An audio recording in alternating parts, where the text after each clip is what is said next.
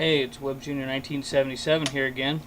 Today I got a portable gaming device to review. It's called the GP2X WIZ. And what this is it's a portable gaming device that allows you to play old school games, whether it be Nintendo, Super Nintendo, Sega Genesis, Game Boy Advanced, Atari, just a bunch of different systems. And of course you're supposed to have before you get the ROMs for your specific games, you're supposed to have an actual copy of the game for it to be legal, of course. And you basically you load your emulators that you can get off the website, GP2X.com, I guess it is, I think, or .org. But you load your emulators and your games into this. A little card that doesn't come with it. It's just a standard SD card. I got a 4 gigabyte, which I think a 2 gigabyte would be plenty. But you just load it right in the top, just spring loaded, and you load them in there. Now you're gonna have to. It's gonna be trial and error because you're gonna have to put them in specific spots, the ROMs and emulators in specific areas of the card in order to make it work, each system work, because you're gonna have to tweak each system in order to make it work. It's a pain, but once you get it, it's done. Or if you know a friend that has one, you can just copy his memory card, boom. But it also has, as you can see, a stylus, and it is touch screen, and it has its own games, but I'll be honest with you, they're not that great. There's one on there that looks like a Bejeweled game. It's basically a Bejeweled game, but it's with animal faces. It's not too bad. But yeah, if you like old school games, you want to take them on the go, it's definitely the way to go. Now, it doesn't have an AV out for your TV, which kind of sucks, but it is a portable system, so. And it has a strange power plug. It comes with a USB that I just plug into my PC. You can get adapters to plug them into the TV or into the wall, but you gotta be really careful with that and make sure it's only the voltage that it needs and not any more, or you'll burn the system up, of course. It has its rechargeable battery right here that you have to take these screws out, of course, and then you push the button and it pops out, but that's only if you need to, only if the battery cannot be charged anymore.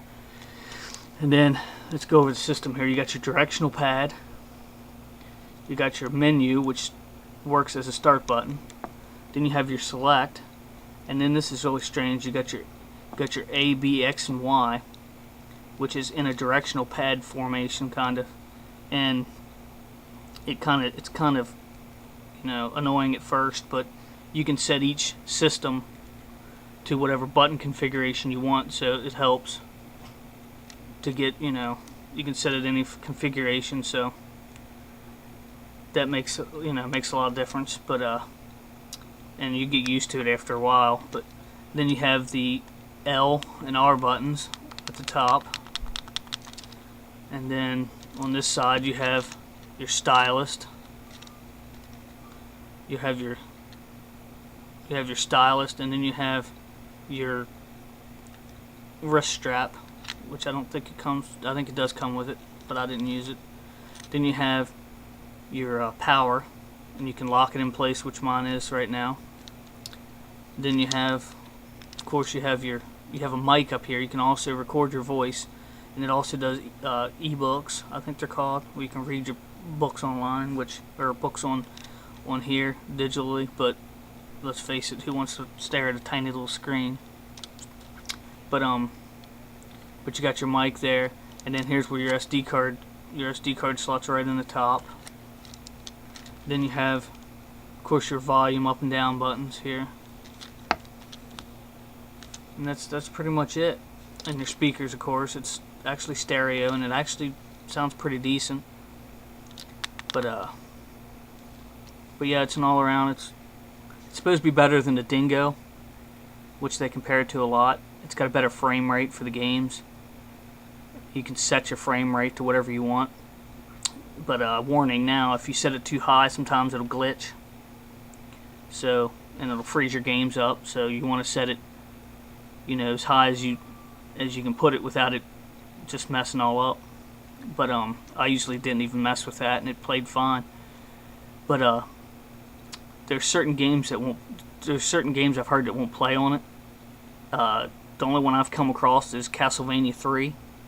For some reason, it doesn't want to play. Same way with the Dingo. There's one called a Pandora, which is supposed to be better yet. I think it's made by Wiz. I'm not positive about that, but yeah.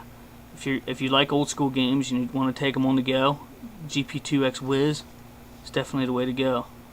Until next time, later.